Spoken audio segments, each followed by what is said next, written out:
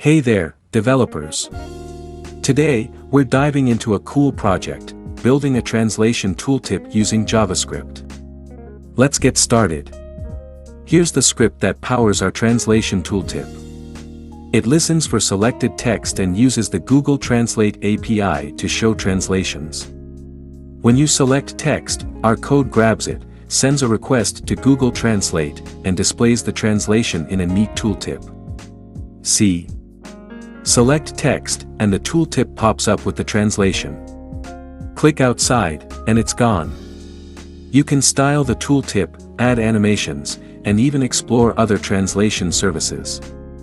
Make it yours.